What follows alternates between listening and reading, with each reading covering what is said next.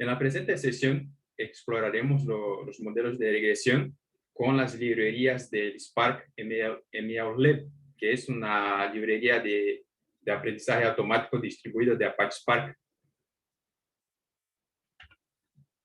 La comunidad de datos más grande de Latinoamérica es, sin una duda, Data Engineering Latam. La misión de la comunidad es sencilla: promover el talento en la región a través de grupos de estudio, contenido relevante, ayuda colaborativa, entre conversatorios diversos, ¿no? Ustedes pueden encontrar los enlaces de nuestras redes sociales en expit.bio/Data Engineering Latam.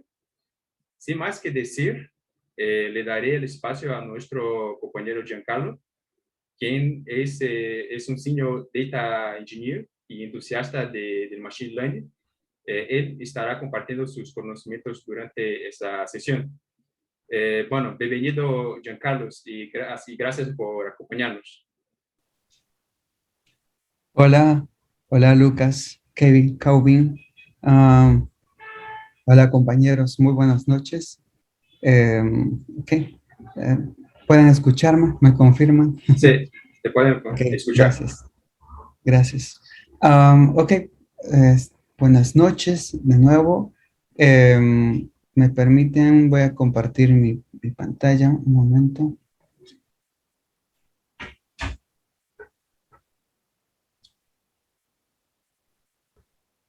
Ok, entonces vamos a dar inicio a la exposición de hoy. Lo que les traigo es el capítulo 27 de este muy buen libro de Apache Spark, escrito por Matej Zanaria y Bill Chambers, como pueden ver, ¿no? Ya estamos en capítulos avanzados, entonces lo que vamos a hacer es explorar ya temas vinculados a Machine Learning, específicamente de clasificación, perdón, de regresión, y cómo utilizarlo con Spark MLlib, ¿no? De acuerdo a, bueno, con respecto a mí, mi nombre es Giancarlo, como pueden ver. Actualmente me desempeño como Senior Data Engineer en Hatchworks.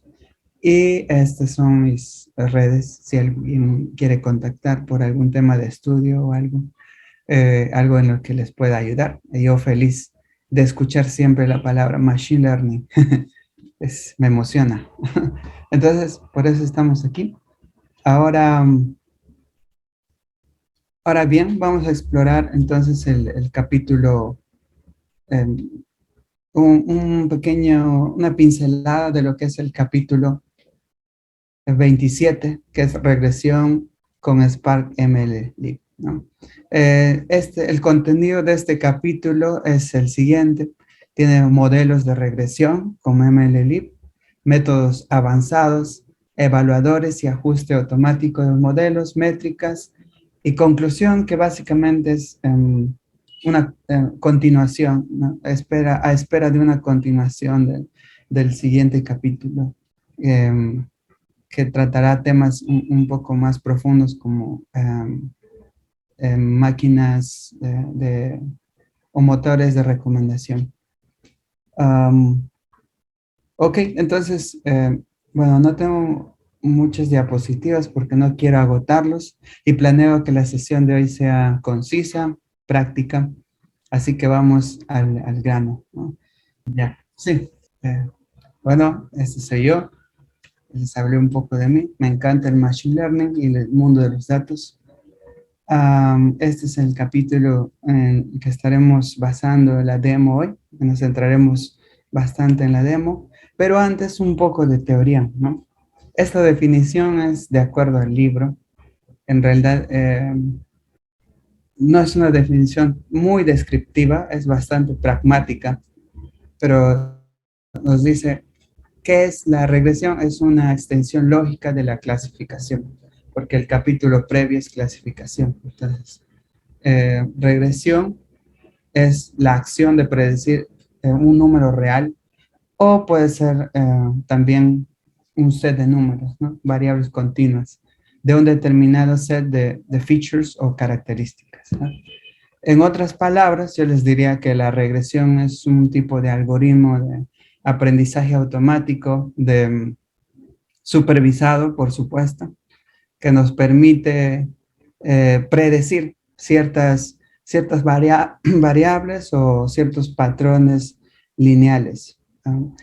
Tiene que ver mucho el gráfico, la composición de los datos. Entonces tenemos que ser muy minuciosos para determinar qué algoritmo podría ser el mejor. De hecho, se recomienda evaluar más de una opción y vamos a explorar un par de opciones el día de hoy.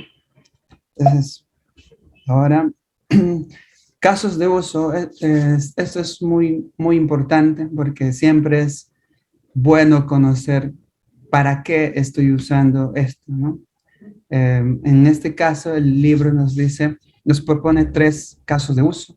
Uno es predicción de asistencia al cine, ¿no? Que podría ser que queremos predecir cuántas personas verán una determinada película. Por ejemplo, ahora estamos a espera de Doctor Strange. Podríamos tomarlo como ejercicio tal vez en algún momento y, y dado ciertas características, ciertos features, como por ejemplo el número de personas que han visto el tráiler, cuántas personas lo compartieron, si podemos hacer un análisis de qué es lo que comentaron, etc. Nos podría ser útil para hacer esa predicción, ¿no? Otro caso de uso es predicción de los ingresos de la compañía. Aquí tengo que mencionar que regresión siempre es sinónimo de predicción, siempre vamos a predecir algo en regresión, ¿ok?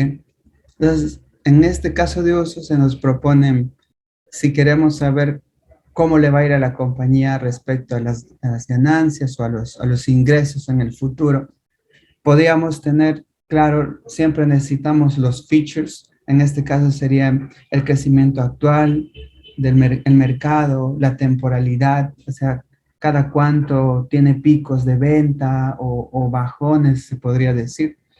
Todo eso pasaría a formar parte de los features para determinar cómo le va a ir a la compañía, ¿no? Y también nos propone un tercer caso de uso, que es predecir el rendimiento de cultivos, ¿no? Teniendo como datos dónde crece el cultivo tal vez ciertas, ciertos datos de geolocalización, el clima también es un factor importante. Y en base a eso se podría predecir el cultivo, el cierto cultivo en una parcela de tierra específica, ¿no? Y tiene muchas aplicaciones. De hecho, es muy importante entender la regresión porque lo que sigue en adelante siempre toma como base la regresión y clasificación, ¿no? Incluso cuando vemos redes neuronales, las redes, los algoritmos de redes neuronales no son más que colección de los algoritmos de regresión, o sea, se utiliza ya como base. Entonces es muy importante. Y el libro expone, este capítulo expone algunos casos de algunos modelos específicos de regresión que cubre este framework, que es MLlib de Spark. Entonces ahí tenemos linear regression, que ahí tenemos al lado los gráficos correspondientes. Linear regression es el clásico gráfico de regresión lineal de toda la vida. El Generalized Linear Regression es bastante similar. El Isotonic Regression tiene la característica de ir como una escalera, siempre va de forma ascendente. Entonces, el patrón es obvio, ¿no? Pero es bastante factible analizar este tipo de datos o predecir utilizando este modelo Isotonic Regression. También Decision Trees, Random Forest, que es una colección de los Decision Trees, y también Survival Regression.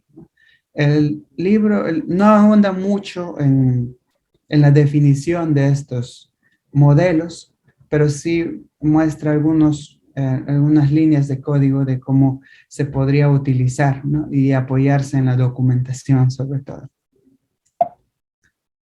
Ahora, ahora sí, entonces vamos a pasar a la demo. Si es que hasta ahí no hay alguna pregunta, no estoy viendo. Ok, no hay ninguna pregunta. Entonces, podemos pasar a la demo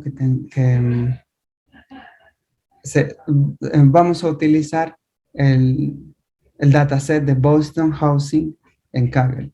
Dicho sea de paso, este ejemplo no está en el libro.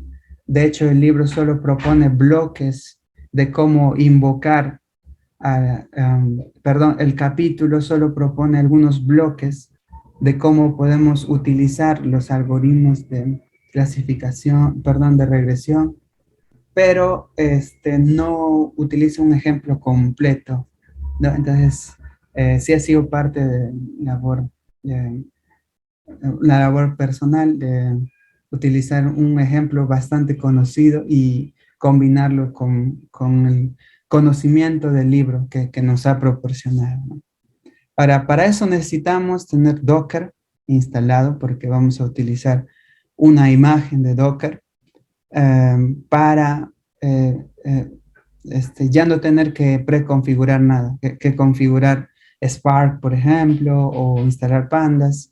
Vamos a utilizar una imagen que nos proporciona AWS, de hecho, pero que no necesariamente tenemos que ejecutarla en la nube o en una cuenta de AWS, sino en nuestro local, ¿no? Ya hemos visto en anteriores presentaciones cómo hacerlo con Databricks, que de hecho es muy fácil, se agradece, es bastante práctico y excelente herramienta, pero en este caso tenemos una forma alternativa, ¿no? Si queremos probar, testear estos modelos en nuestra propia máquina, vamos a utilizar esta imagen de Docker. Por eso es importante tenerlo y lo he puesto aquí como requisito.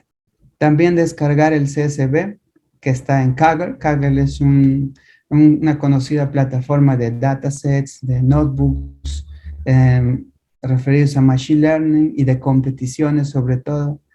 Es muy buena para quienes quieran explorar más el mundo de Machine Learning y adentrarse. Y por supuesto nuestro querido Visual Studio Code, que es bastante práctico y ligero, ¿no? Entonces, vamos a la demo. Bueno, eso los voy a mostrar al final. Utilicé alguna bibliografía adicional para apoyarnos en la demo. Ahora sí. Ok, como les mencionaba en los requisitos, debemos tener Docker instalado. En este caso yo lo tengo. Y lo que vamos a hacer es, aquí tengo mis respectivos apuntes, si me permiten. Ok.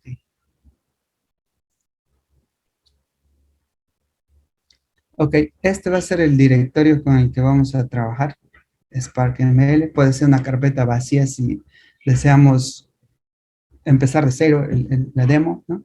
Entonces, arrastramos y Visual Studio lo carga automáticamente. Ahora, yo tengo ya el Jupyter Notebook preparado, pero como pueden ver, tengo unas líneas, me subraya el Visual Studio Code porque no reconoce estas dependencias.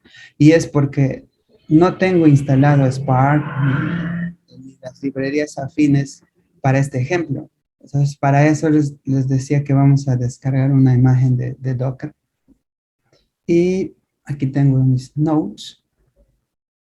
Esta imagen se puede descargar de esta forma así de fácil. Docker Pool y el nombre de la imagen, que está por supuesto en el Docker Hub, ¿no? Ahora, mención aparte que Docker es una herramienta súper importante en general para el mundo del desarrollo desarrollo web, mobile, data engineering y también machine learning. O sea, es una herramienta transversal. Entonces, es de mucha utilidad que sepamos al menos lo básico para poder adentrarnos con comodidad a este mundo. Entonces, yo ya lo tengo instalado, así que no se va a demorar nada en mostrarnos el mensaje. Eh, ya lo tengo instalado, así que no hay ningún problema. Si vamos acá a la interfaz gráfica, podemos ver que tengo la imagen, pero no tengo ningún container. Entonces, la idea es desplegar un container utilizando esta imagen.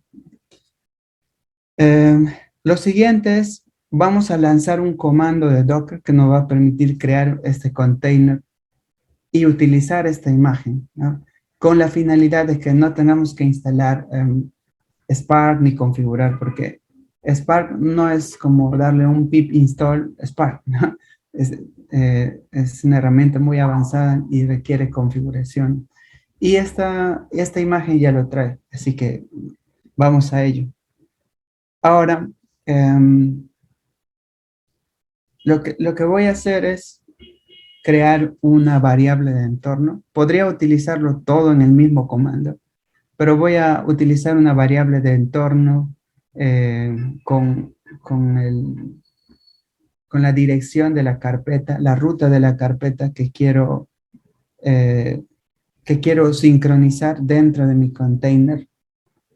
Esto lo podríamos hacer, como les digo, directamente en el comando, pero prefiero utilizar una variable de entorno.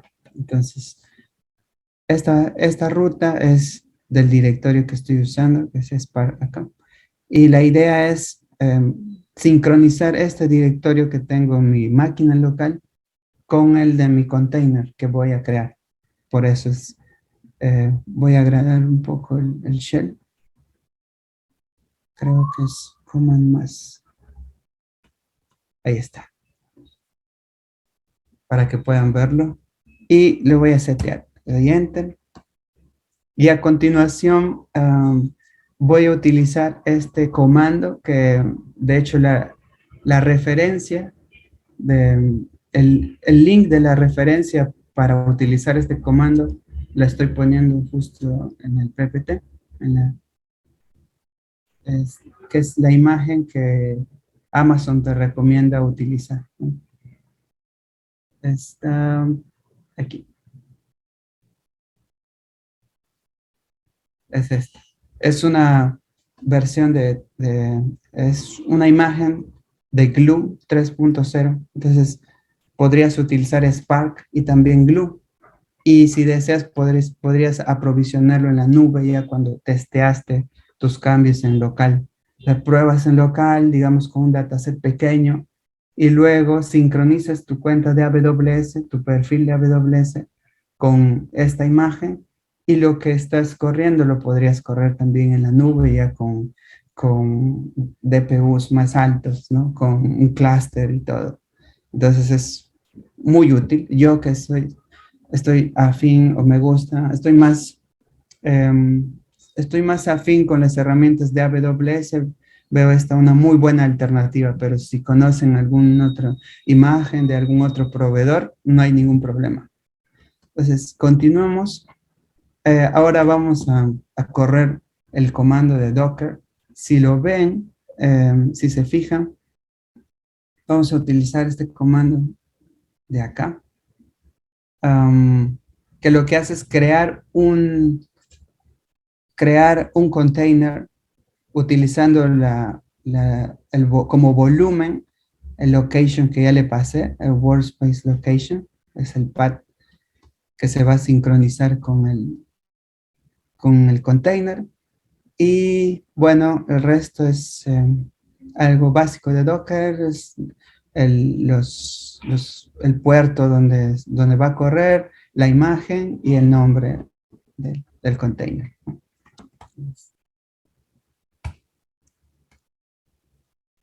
Damos enter y esperamos que cree. No se va a tardar nada en crear el container. Y vamos a ver que ya podemos utilizar Spark. Y aquí, como pueden ver, la versión que tenemos es Spark 3.1. Y también voy a abrir otra terminal aquí. Podemos comprobar con Docker PS para ver los containers activos y aquí está. Y si lo queremos ver de forma gráfica, aquí también está, ya está corriendo en mi container. Quiere decir que ya puedo utilizar todas las bondades de Spark, ¿no? Y ahora lo que sigue es sincronizar o crear mi Jupyter Notebook. En este caso ya lo tengo, así que solo voy a sincronizarlo. Y para eso nos vamos al Visual Studio Code. En la sección de Remote Explorer, vamos a ver el container que se desplegó, que recién se desplegó. Y vamos a dar clic en Attach to Container. Entonces se me va a abrir una instancia de Visual Studio Code, ya no dentro de mi máquina per se, sino en el container. Entonces, ahora sí, ya puedo utilizar todas las bondades de Spark en este container. Si quieren, hacemos la prueba y le hacemos un pip freeze. Este pip freeze es para ver las dependencias que tenemos. Entonces, aquí está todo instalado. Como pueden ver, no tengo que instalar nada adicional por ahora. Y este es el notebook que les he preparado para esta demo, ¿no? Vamos a ir repasándolo celda por celda, así que no se preocupen, no coman ansias. Ya podemos utilizar, ¿no? No creo que hayan sido pasos muy complicados, pero en todo caso, esta sesión va a quedar grabada y también los comandos los voy a compartir en el repositorio. Lo que sigue es empezar a utilizar Spark. Okay. Entonces, antes de eso, eh, podemos setear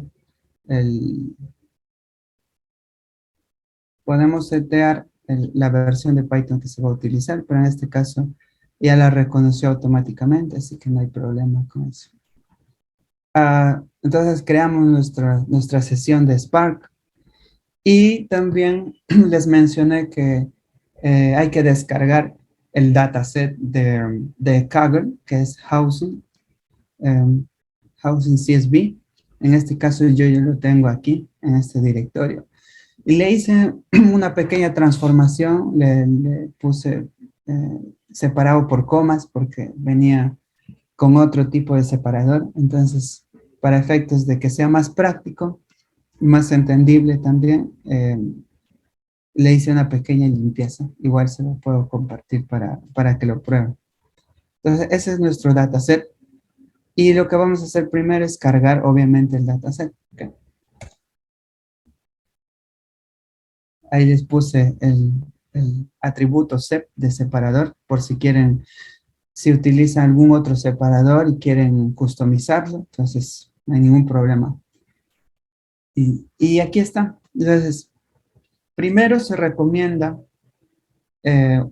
hacer un análisis exploratorio de los datos. No puedes pasar simplemente a probar modelos sin antes conocer tus datos, ¿no? Y eso es lo que estamos haciendo, lo que estamos empezando a hacer. Hacer un análisis exploratorio de los datos, saber qué son estos features, qué significan, cuál es el label, cuáles son los features o cuál es la variable dependiente y la variable independiente. En este caso, vemos en la cabecera algunas siglas o acrónimos que tienen que ver netamente con la definición del dataset. Y es que si nos vamos a Kaggle, les voy a mostrar. Kaggle. Aquí está el dataset. De hecho, aquí hace un ejemplo, es otro tipo de ejemplo utilizando pandas. Y aquí está la definición de qué significa cada feature, cada variable independiente. Estas son las variables independientes y la última es mi variable dependiente, porque es la que voy a querer predecir, ¿no? Es como el output, es el label. Tiene diferentes denominaciones.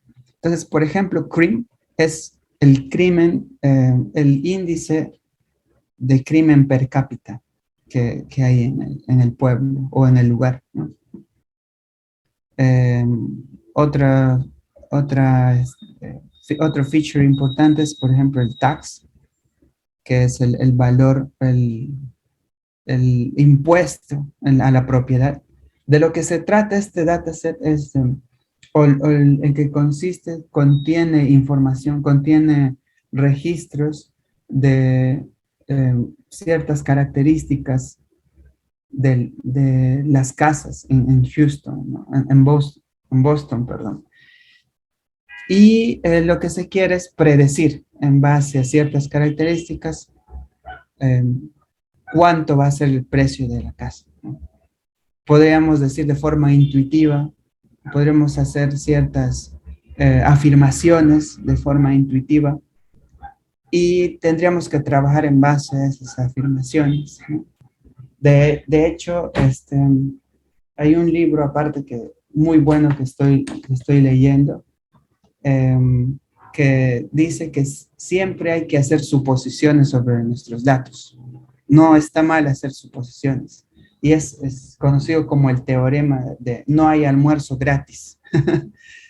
Y es que en base a ello, la verdad, no sé qué tanto tiene que ver, pero es muy bueno el libro. De hecho, es este libro, Aprendizaje. Aprende con Machine Learning, con Scikit-Learn, Keras y TensorFlow. Me sirvió de mucho para complementar este capítulo, que es muy bueno también. Entonces, siempre tenemos que hacer suposiciones con nuestros datos, ¿no? Y de hecho, que esta es una característica que podría ser importante o no, lo averiguaremos para determinar el precio promedio de una casa, ¿no? No se olviden de este feature, es MIDB o MIDB, es lo que vamos a predecir. Y de hecho lo puse aquí en las notas, aquí está. Esta es la definición. Ok, entonces ya sabemos más o menos a qué se refieren nuestros features. Y aquí está todo tanto nuestras variables independientes como la dependiente, que sería MIDB, están todo en el mismo dataset. Más adelante vamos a organizarlo en diferentes columnas para poder ejecutar la predicción. Si queremos conocer más sobre el esquema, aquí tenemos de qué tipo son. Por ejemplo, en realidad todos son entre double, integer, todos son numéricos. Y se recomienda que mientras más features numéricos haya en un dataset, es mejor. O se podría hacer transformaciones para llevarlo a su equivalente numérico, ¿no? Siempre se recomienda utilizar números. En este caso, no nos vamos a complicar. De hecho, el dataset no se complica y todos los features son números. Entonces, no hay ningún problema. Ahora vamos a utilizar también pandas para hacer cierto análisis. De hecho, hay una función que se agradece bastante en Spark, que simplemente es toPandas para poder utilizar las características de pandas. En este caso vamos a hacer un transpose para poder verlo mejor. Cierto análisis de nuestro dataset. Tenemos cuál es la media, la desviación estándar, el valor mínimo, el valor máximo de cada uno de los campos, ¿no? Y esto según nuestros conocimientos en estadística, en probabilidades, nos podría ayudar bastante a reconocer ciertos patrones en el futuro. Otro análisis que podemos realizar es el análisis de correlación, que es bastante importante cuando se ven temas de regresión. Correlación o el coeficiente de Pearson, como se conoce, es fácil de extraerlo con Spark. De hecho, esta es la forma. Simplemente está analizando si cada uno de los columnas no son string, y en base a eso muestra con StatCore, muestra la correlación respecto a esta variable, este campo. Les dije que este campo es muy importante porque es nuestra variable dependiente, ¿no? Entonces vamos a ejecutar esta celda y ver qué genera.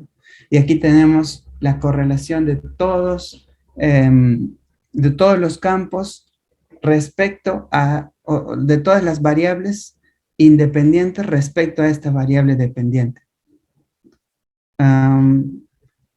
Ya les voy a enseñar un poco a leer estos coeficientes.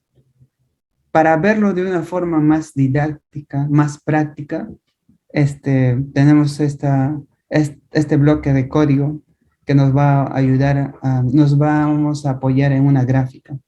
Pero para ello, tenemos que instalar esta dependencia, Seaborn, que es para pintar básicamente de forma muy, se puede decir, bonita, los gráficos que se van a utilizar. Y aquí tengo el archivo de requirements. Entonces, manualmente voy a instalar pip install Seaborn. Y ahí está. No sé si mi internet es demasiado rápido que le descargó así. Bueno, igual el archivo es bastante liviano, así que ya podemos correrlo y vamos a ver la magia de esta librería. Aquí está. Entonces, vamos a detenernos un momentito aquí porque nos permite tal vez ir confirmando o ir fortaleciendo las suposiciones que les dije que hiciéramos al principio de la demo. Entonces, lo que hace este plot es, apoyado con un mapa de calor, indicar de negativo a positivo, ¿no? Ahora, en correlación, cuando un número está más cerca del +1 o del 1, quiere decir que tiene una correlación positiva o está directamente proporcional o correlacionado a ese valor. Y cuando está más cerca al -1, quiere decir que tiene una correlación negativa, o es inversamente proporcional, ¿no? Y si está cerca a 0, quiere decir que no tiene ninguna correlación, en realidad no aportan mucho a la predicción. O sea, se podría prescindir de esas variables y el modelo no se afectaría de ninguna forma o en muy pequeña medida se afectaría, ¿no? Entonces, tiene mucho sentido que en la diagonal que ven aquí, todo sea 1, 1, 1, 1, porque cada campo, cuando se correlaciona consigo mismo, siempre va a ser una correlación perfecta, porque estamos hablando de los mismos valores, ¿no? Ahora, para adentrar un poco en este ejemplo, ¿qué cosa sería o qué podríamos decir que tiene una correlación positiva, ¿no? En este caso, por ejemplo, de hecho, el libro que les mencioné, este libro de Aprende Machine Learning con Scikit-Learn, que era este TensorFlow, que es muy, muy bueno, muestra un ejemplo del índice de felicidad de los países, ¿no? Entonces, dice que en términos prácticos, les resumo, que la felicidad sí está relacionada al ingreso promedio de las personas. Entonces lo muestra con datos y con mucha base de que mientras más ingresos tengas, más feliz eres. Entonces, no lo digo yo, las estadísticas están ahí. Y de hecho tiene sentido, es algo que sí nos tiene sentido. Podríamos analizar temas psicológicos, pero esto es ingeniería, entonces nos basamos en los datos. Y ese es un ejemplo de correlación positiva, que uno crece y el otro valor también con el que se compara. Ahora, un ejemplo de correlación negativa sería, por ejemplo, mientras el índice delincuencial es más elevado en cierto lugar, el índice de satisfacción es menor. Entonces, si uno tiende a bajar más, el otro tiende a subir. Esa es una correlación negativa también, ¿no? Para ponerles un ejemplo. Y como les decía, este gráfico lo que hace es poner en vertical y en horizontal los mismos campos y hacer una comparación, sacar los coeficientes de correlación uno a uno, todos contra todos, ¿no? Y vemos los que están más azules es porque están más cerca, más correlacionados de forma positiva. Ok, entonces conociendo eso ya podemos hacer ciertas suposiciones adicionales, ¿no? Como que, por ejemplo, el RM está fuertemente relacionado a nuestro, vamos a decir, valor medio de la casa, ¿no? ¿Qué es RM? Porque vemos que está en 0.70. Vamos a nuestro metadatos, por así decirlo. Y RM es el número promedio de cuartos por casa, ¿no? Entonces en realidad sí tiene mucho sentido, porque si podemos a buscar departamentos, obviamente mientras más rooms o más cuartos tenga un departamento va a costar más, ¿no? Entonces puede sonarnos obvio a nosotros a simple vista, pero esto nos ayuda a identificar patrones en features quizá mucho más grandes, ¿no? Que nosotros no nos podíamos dar cuenta a simple vista. Entonces es bastante útil saber eso. Ahora,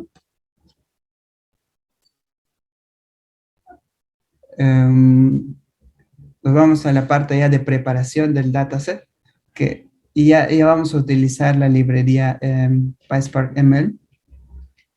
Básicamente lo que hace este bloque de código es separar todos los campos que le pasamos como input en una sola columna y definirlos como features. Ese nombre le va a poner features. Y al final simplemente vamos a tener tanto los features como en otra columna separada nuestra variable dependiente o la variable que queremos predecir, ¿no? El feature que queremos predecir, que es MDB. Y ahí lo vamos a ver. Hicimos solo un show tree para no saturar la vista. Entonces, como pueden ver, aquí está todo el dataset, toda la línea casi, todos los features excepto el último, porque el último va en la otra columna. Repito, es la variable que queremos predecir o el output, ¿no? Ahora, ¿qué sigue? Como habrán escuchado o habrán visto en anteriores ocasiones, se tiene que partir los datos en datos de entrenamiento y también de prueba. Y los datos de entrenamiento sirven para poder definir el modelo y entrenarlo, y los de prueba para hacer la comparación con los de entrenamiento, ¿no? Para ver cuán preciso es el algoritmo. Y para eso hay diferentes métricas. Ya vamos a verlo. Básicamente lo que le estoy diciendo aquí es que utilice el 70% de los datos como prueba, como entrenamiento, perdón, y el 30% como prueba. Y así de fácil se puede hacer un split a este dataset. Se puede hacer manualmente también, sí, pero para eso ya tenemos la librería, ¿no? Entonces, ¿para qué reinventar la rueda en este caso? Y ahora sí, nos vamos de lleno al linear regression. En realidad tiene un trasfondo matemático un poco amplio, pero gracias a estas funciones, esta clase en específico, podemos hacerlo de forma muy práctica en tan solo 2 líneas, como pueden ver, 2 líneas.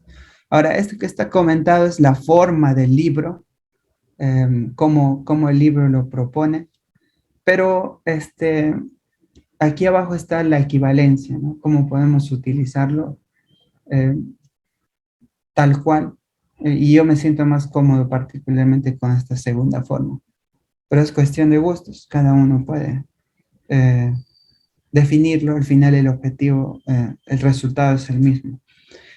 Ahora creo la clase Linear Regression, define el objeto, perdón, y le paso el máximo número de iteraciones como 10, el rec como 30%, y el Elastic Net Param como 0.8. Ahora, ¿qué es este Elastic Net Param? En realidad lo menciona en capítulos anteriores, en un capítulo anterior que es el de clasificación. El libro lo menciona, y aquí es un tema un tanto complejo, pero déjenme hacer el intento de explicar. Que cuando haces entrenamiento a tu set de datos, puedes incurrir en 2 diferentes errores. El primero es underfitting y el segundo es overfitting. El underfitting es que a tu modelo le falta precisión. Es que, por ejemplo, si quieres predecir ya en temas más avanzados, quieres predecir que cierta imagen es un perro y predice un gato. Entonces, en ese caso, tu modelo le falta ajustar mucho y está tendiendo el underfitting. Y el overfitting es, de hecho, más peligroso porque es donde más se puede incurrir. Es entrenar tus datos de tal forma que solamente pueda reconocer tus datos de entrenamiento y no pueda generalizar. Es decir, que tú te alegrarías que funcione con tus datos de prueba, pero si llevas este modelo a ejecutarlo con otros datos que no ha visto anteriormente, en este caso con una imagen de un perro blanco, por ejemplo, o un perro que anteriormente no entrenaste, no va a poder predecir de forma adecuada, ¿no? Eso es el overfitting. Conociendo esos conceptos, es que se introduce otros 2 conceptos de regularización. Y hay regularización tipo L1 y regularización L2, ¿no? Entonces, ambas sirven para penalizar ciertas variables, para apagar ciertos features que pueden no tener tanta relevancia en tus datos, en tu predicción final. Entonces, pero hay una tercera opción que es justamente este ElasticNet que combina ambas, porque no siempre aplica una o no siempre aplica la otra. Uno tiene que ir probando, ajustando, pero nos da la posibilidad de combinar ambas. Entonces, ¿qué quiere decir cuando yo le pongo 80%? Que tiende más al L1, pero también va a aplicar algo de L2. Entonces, es decir, va a penalizar ciertas, las va a volver cero o las va a volver valores muy pequeños a los features que no importan mucho, que no tienen mucha correlación, con la finalidad de que tu modelo no se sobreajuste, no haga overfitting. Espero haya quedado clara esa parte. Pero el libro lo menciona, solo lo menciona, entonces es una explicación adicional que les estoy proporcionando. Y a continuación, el método FIT para entrenar, por supuesto, los datos, ¿no? Y ahora vamos a ejecutar el entrenamiento. Como el set de datos no es muy grande, no se tarda nada. Y aquí podemos ver los coeficientes. Estos son los coeficientes de correlación. Perdón, los coeficientes. Y cada coeficiente va referido o está en la posición del campo. Ahora, si un coeficiente tiende a 0, quiere decir que el entrenamiento ha determinado que ese campo o ese feature en realidad no importa mucho. Entonces, vamos a ver. Por ejemplo, el primero, el tercero, el séptimo, y así. De hecho, ha sacado varios que según el entrenamiento dice que no tiene mucha incidencia. Por ejemplo, el primero, Vamos a ver qué es el primero. El primero es el índice de criminalidad. Ahora, esto puede sonar un poco quizás ilógico, pero para nuestra realidad tal vez ese sí sea un factor importante, pero no olvidemos que este dataset ha sido recolectado en Boston, Estados Unidos, y ahí puede que la realidad sea diferente. En todo caso, podríamos comprobar estos resultados utilizando otros modelos, otros tipos de regresión, ¿no? Pero eso es lo que nos está diciendo los datos, que en realidad no nos aporta mucho, por eso lo vuelve cero, ¿no? Esos son los coeficientes. Y aquí algunas métricas. Ahora, el RMSE es el Root Mean Square Error, que de lo que trata es medir la distancia entre lo que se predijo y lo real, o sea, lo que está en el dataset versus lo que se predijo. Entonces se saca una diferencia y hay una distancia. Mientras menor sea, o sea, más tienda a cero este valor, quiere decir que el modelo es más preciso. En este caso salió 4.9, tendiendo casi a 5, y lo podríamos comparar con otros modelos, de hecho es lo que vamos a hacer, para ver si con otros modelos obtenemos mejores resultados o resultados más bajos, ¿no? De hecho, tengo por aquí algo que les voy a mostrar brevemente, es la fórmula. Es una fórmula muy simple, de hecho. Este, simplemente es la raíz cuadrada de la sumatoria de los valores predecidos menos los valores reales que están en el dataset elevados al cuadrado entre el total de predicciones, que fueron 10 ejecuciones las que configuramos, ¿no? Es bastante simple. Y el MSE es sin la raíz cuadrada, nada más que eso. Solo que utilizando el cuadrado se penalizan más los valores negativos. Entonces, ya teniendo ese valor, R2 es otra métrica también. Y ahora tenemos ahí el resumen, ¿no? del set de entrenamiento. Ahora, ¿qué es lo que sigue? Es aplicar nuestro Regression Evaluator para ver un poco más a profundidad las métricas. No me quiero exceder mucho el tiempo también.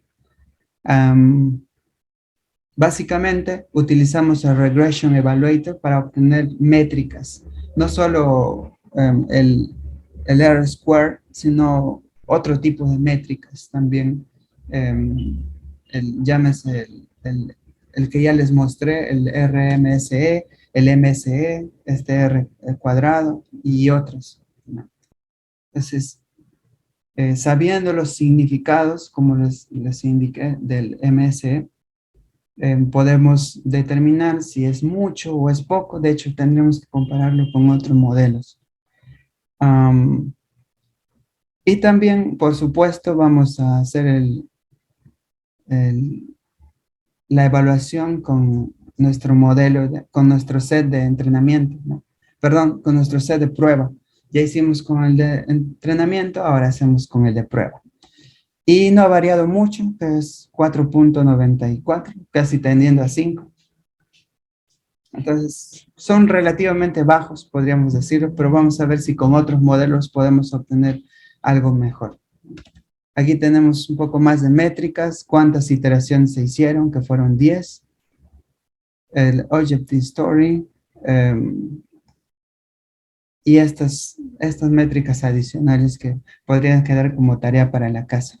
De hecho, hay un montón de conceptos que se abstraen en Spark MLLib que tendrían que abordarse cada uno de forma detallada para poder tener un panorama completo, ¿no? Es por eso que los data scientists ganan muy bien y están fuertemente relacionados a la estadística y matemáticas, ¿no? Ahora, ya queremos utilizar este modelo, ya hacer la predicción propiamente dicha, porque lo que hicimos hasta ahora simplemente es entrenar el modelo, evaluarlo para ver si cumple con las métricas que esperamos. Y lo que sigue ya es la predicción, que no es otra cosa que hacer un LM Model Transform, que se muestra aquí. Y aquí, en este dataset se está mostrando la predicción y el valor real. O sea, y vamos a ver, y los features, por supuesto, se puso una columna aparte, ¿no? Pero fijémonos solo en la predicción y el valor real. El valor real es 35.4 y la predicción ha sido 30.7. Están, se podría decir, alejados, están tanto, se puede mejorar, pero está por ahí, ¿no? Por aquí sí fue un poco más preciso, 29.1, que son, tengo entendido, 29 en miles de dólares, 29.100 dólares podría ser. Y aquí ha sacado 31.000 la predicción, ¿no? Entonces, no varía mucho y así sucesivamente. Así es como podemos ver esa comparación entre lo que se predijo y los valores reales. Ahora, de hecho, no nos vamos a extender mucho más, pero vamos a ver un proceso similar utilizando ya árboles de decisión, el Decision Tree Regressor, ¿no? Como pueden ver, es similar, definimos el modelo dentro de SparkML. Como features, definimos también el label, que es nuestra variable dependiente. Hacemos el entrenamiento, acomodamos los datos, y hacemos la evaluación del modelo. Y ahí vamos a utilizar la métrica de root mean square error, que es 4.1, que a diferencia de la anterior, que era 4.9, quiere decir que el modelo ha sido más preciso, y entonces estamos logrando mejores resultados. O sea, todo bien, excelente con eso. Y vamos al siguiente modelo, que es el Gradient Boost Tree Regression. También en SparkML tiene la definición y es muy simple la forma de definirlo. Defines la columna que va a contener los features. Estas serían las variables independientes, perdón. Y esta es la variable dependiente, la que queremos predecir, el valor medio de la casa. El máximo de iteraciones, similar al caso anterior. Y también utilizamos... también podemos utilizar la misma métrica, ¿no? De hecho, podemos copiar y pegar esto, que es, creo que me faltó. Pero en este caso sería Regression Evaluator, al final, y ahí está. El valor que nos arrojó es 4.10 y el anterior fue 4.17. Quiere decir, si tenemos que declarar a un ganador, el ganador de los entrenamientos o el modelo ganador es el Gradient Boost Tree Regression, ¿no? De hecho, no se aborda en este capítulo, pero algo que sí he visto que se utiliza bastante es una forma de, a través de un pipeline, configurar que se ejecuten diferentes modelos para determinar cuál de ellos tiene mejor accuracy, ¿no? La mejor precisión. Aquí lo hicimos de forma manual, pero debe haber una forma también en SparkML para comparar entre los diferentes modelos cuál de ellos me da el mejor accuracy. Y de esa forma determinar que ese algoritmo se va a usar para ese caso, ¿no? Y bueno, esa ha sido la demo. Espero no haberles cansado. Esta es la bibliografía adicional que se utilizó. Ahí está, ahí tienen donde pueden descargar el dataset, o hay un notebook que también se analiza más los features que tenemos, de dónde descargar el glue job, la imagen, y también el post en el que me basé para complementar la demo. Entonces, muchas gracias, y si tienen alguna pregunta, por favor, bear with me, porque también estoy aprendiendo bastante. Muchas gracias. ¿Puedes compartir estos enlaces en el chat? Sí, sí, claro, lo voy a poner.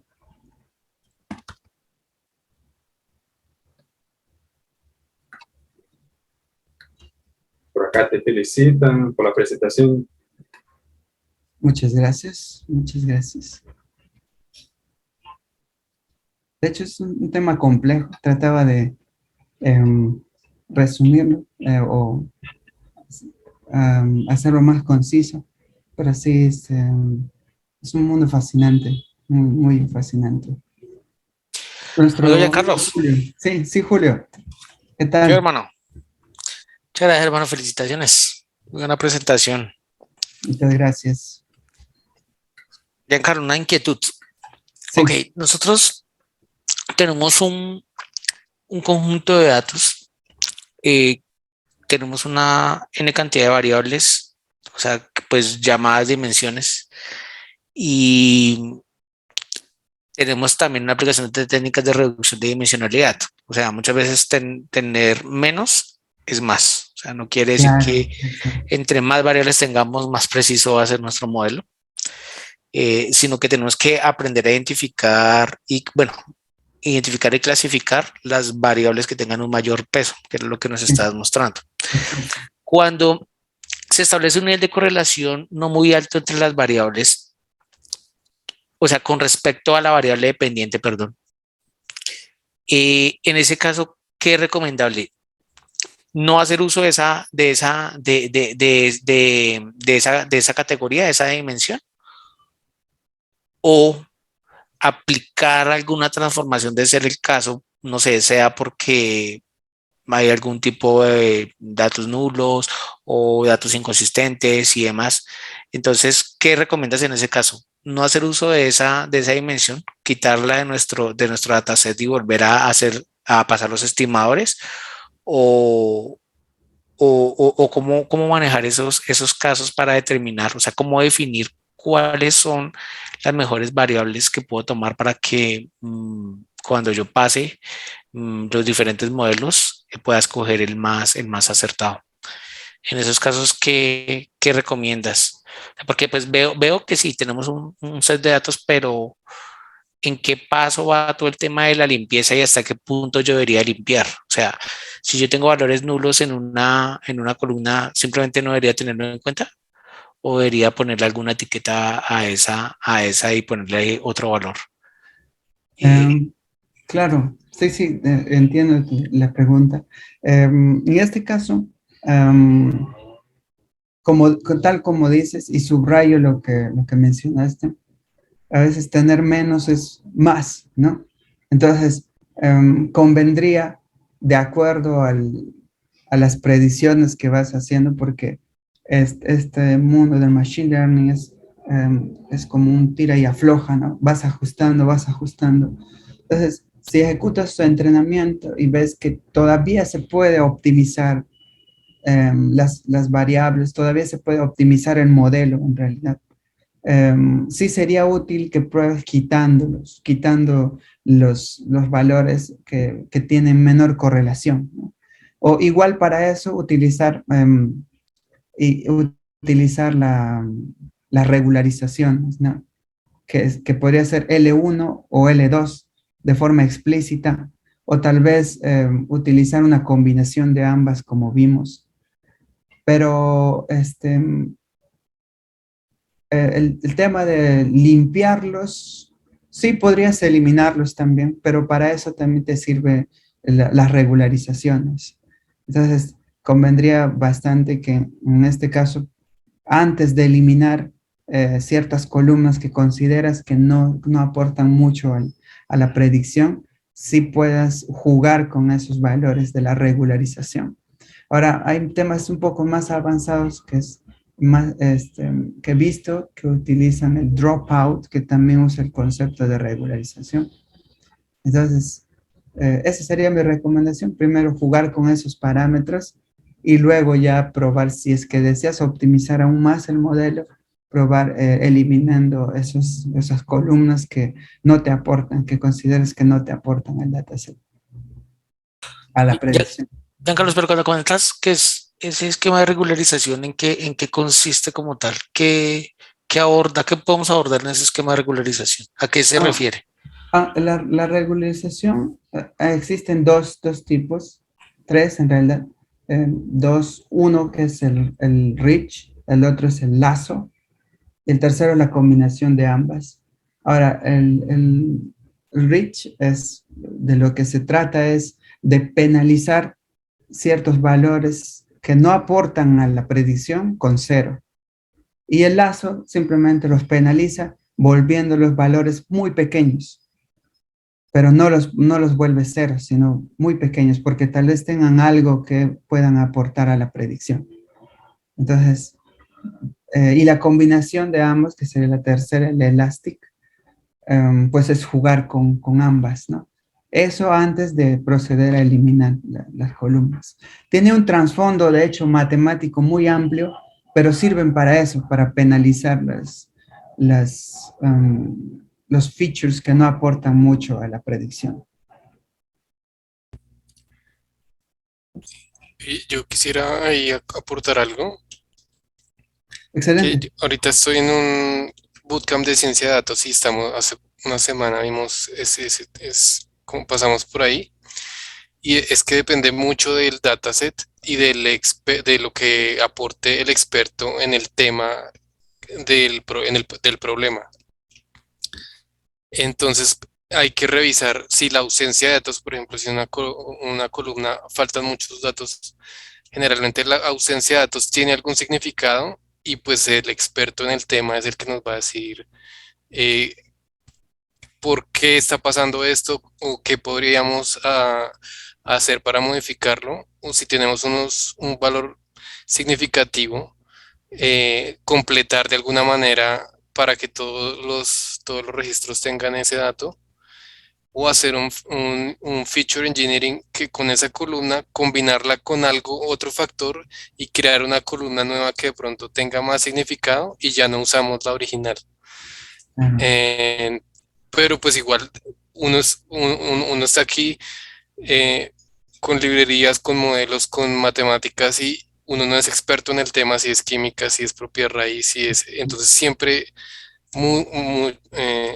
trabajar y comunicarse mucho con el experto que va a apoyar el proyecto es súper importante para tomar esas decisiones. Ah, sí, tal cual. Muchas gracias, Danilo.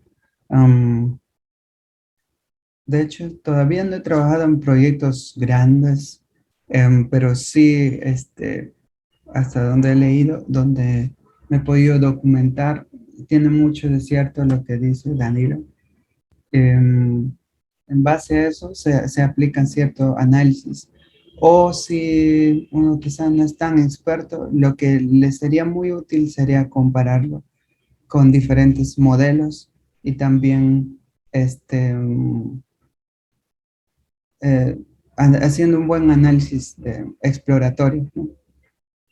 De hecho, hay más métricas que se podrían utilizar, más que el coeficiente de correlación, hay más para darnos cuenta de qué nos quiere decir el dataset, ¿no? Nuestros datos.